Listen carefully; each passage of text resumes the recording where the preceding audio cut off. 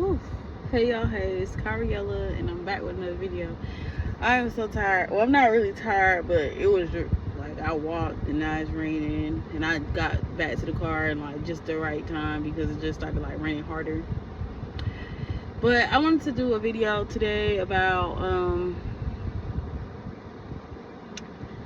don't it's important we don't get swept up in other people's storms. And I know I haven't been, it's been a couple days since I posted, but I just kind of, sometimes I be like, let me let some life things happen so I can actually have something to talk about, opposed to feeling like I'm pulling things out of my ass. But yeah, don't get swallowed up with other people's problems or other people's storms, because I had a realization about that like probably like 2 days ago. And I had this person I know, and they're kind of going through a lot, but I understand because like if when you're going through a lot, it could be difficult, and you may unintentionally look for a lifeline, but you might be like pulling other people. Sorry, it was high. I don't want my biddies in the camera, but you may be pulling on other people like floaty. Like, let's say, like, look at it like swimming. Let's say somebody is good at swimming, or they're learning how to swim through their stuff, and they're getting to a point where they're about to make it to the boat.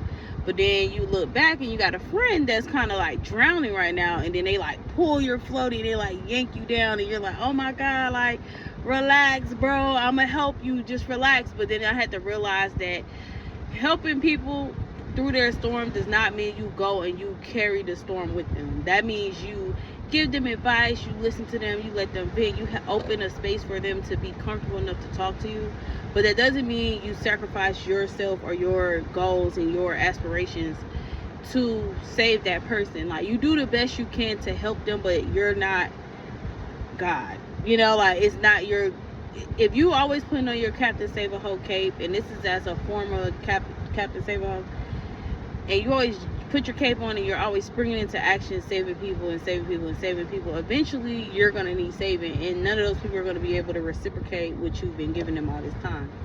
So you're going to grow resentful. And I had to like even pace myself with this friendship that I had going on, because I had to understand, like, okay, let's get ahead of you feeling negative emotions. Let's not even let it get to a point where you feel like this person keep asking or dry begging for things, and you're just kind of like, yeah, we're friends and I love you, like you've been in my life for a long time, but at the same time I have my own life going on. I have my own kids. I have my own things I'm working towards, and I'm getting to a level where things are balanced. So I don't want to like negatively affect my prosperity and what I'm doing in life by constantly jumping to save you in your situations, when had you listened to what I told you 10 years ago, you wouldn't even be where you're at right now. And I even spoke on that to this person. I let them know, like, I love you and I want the best for you, but it's just like we all got to go through the storm. We all got to go through the fire to get to the other side. I just so happily already started going through my fires and working towards getting to the other side, and I'm fine with that. But I can't allow that energy to drain my energy, or I can't allow you to keep putting your energy on me, putting all this energy on me when I have my own things to focus on, and I'm already an empath. So it's just kind of like,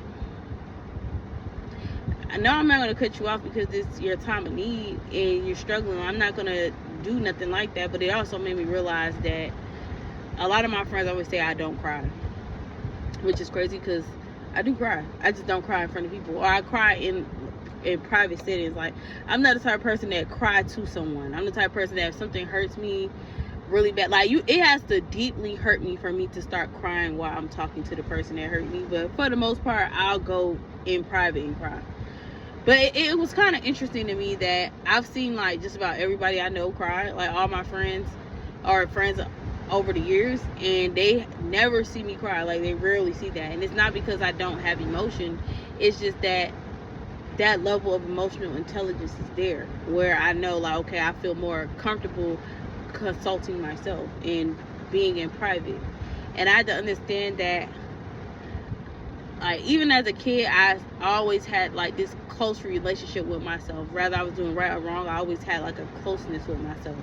And I realized some people don't have that. You know, I started to realize that, like, that's actually rare to have that closeness feeling with yourself where you feel like you can go within yourself and trust yourself and talk to yourself. Rather, I was doing right or wrong now, I always felt like all I had was me, because that's how I was, based off of what I seen as a kid. I always felt like I couldn't depend on the people that was supposed to love me or I loved, and vice versa. So it was just kind of like, okay, if you can't depend on them, the only person you can depend on is yourself. So just depend on yourself. And that's literally been my mindset for years, like for years. So that's why when I noticed that the person have a certain type of problems, I start to realize it's because their mindset, everybody don't think like me. Everybody's not looking at life the way I look at life. So they may be thinking like, oh, I'm cool with being by myself, I'm cool with being by myself, but are you really cool with being by yourself? Because it takes a certain level of dedication to actually be alone, or to actually just, like, I may date and stuff, or I might have little situations, but I don't really take nothing serious right now, just because I'm more so working on my life and my future and getting my life where it needs to be to actually date. Because dating from a scarcity mindset, or just dating in a situation where you're not fully where you need to be or fully comfortable, like, you're never gonna always have everything together, but I at least want my ducks all the way in a row where I'm comfortable with dating, basically. Because I'm tired of dating. I'm just tired of dating, period. So I don't even really care to date, but it just made me realize that how detrimental the need for love can be to your future. Like, how detrimental the need for validation can be to your future is insane. Because seeing people literally destroy their lives in the name of love, it's like heartbreaking, because it's so much you could be grateful for. There's so many people that love you every day. You probably just bypass it because you want love from a spouse, when that's not going to heal you. You still have to do your inner work, whether you're in a relationship or not, which most chosen ones already know. But you know, some people that's, I feel like, have that quality to be chosen, but at the same time they so focused on the worldly stuff that they can't really tap all the way in. So it just lead like a dog chasing its tail, and then they start to pull you in the orbit, and you have to be real careful with that. Because I had to realize that within myself, like, yeah, you love this person, you care for this person, but don't let them pull you into an orbit where you can't focus on what you got going on. And then on top of that, when I pay attention to how people treat people that wrong them, or rather they wronged them or they took it as a wrong, because sometimes we may not realize the person may not have wronged us or whatever the case may be, but we took it as that because of how we felt at the time. So it made me realize, like, yeah, I don't like when I see certain qualities of somebody willing to, like, attack people or do certain underhand things just to get their lick back or make the situation even. And I had to also look at myself. I'm like, the only reason that's irritating you or that started to make you feel like uncertain is because that may be something you do. That might be an energy you carry, and you starting to notice it in other people. So now you need to notice it in yourself and do some reflecting and do some shadow work on that. Like, you don't got to get your lick back. You don't got to do petty things. You don't even got to troll. Because I'm really bad with trolling. Like, when people got me fucked up, child. And when they start harassing, because I'm very good at staying in my corner of the world. You know, I won't bother people. I won't reach out to people. You will rarely get a DM from me. I'm not one of those people that's like, oh, I got to keep up with everybody I've known. And all. No. Honestly, you could act like we never met, because that's how I'm going to act. So, I'm just not one of those people. And I kid you not. Damn, I lost my train of thought. What was I about to say?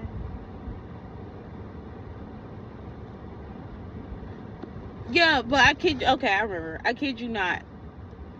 Those people will find a way to have a problem with me.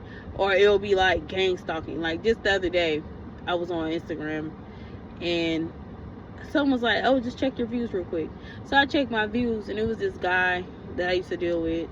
And, it was like a whole lot of drama behind him. So I eventually just stopped dealing with him like that, because he was too dramaful. Rather, it was intentional. I don't think it was intentional, but I just think that he just comes with a lot of energy attached to him. And he, like, watched my story, and then baby mom fake page watched my story, and then this other girl who I don't even like, I know she's attached to the situation, but it's like I don't even really like know her like that. Like, she's attached to the situation through another friend, and she's like attached to the situation in a weird way, but she even watched my story. So I'm over here like, what do y'all want from me?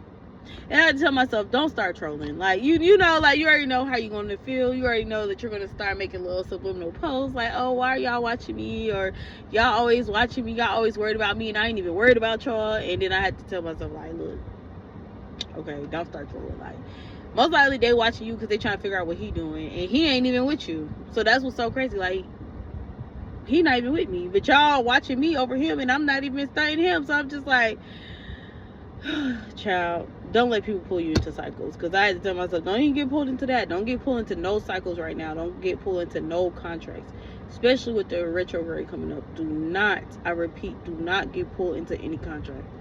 I'm finally getting free from the contract I got in unintended like 3 years ago, and I'm finally free from that. So it's like, I'm not trying to start no more contracts, and I don't think no one else should either. Like, not unless it's ordained, it's sent from the higher up above. Like, but that's all I have time for today, guys. I feel like I'm just rambling now, and I'm really just still kind of out of it from walking so much.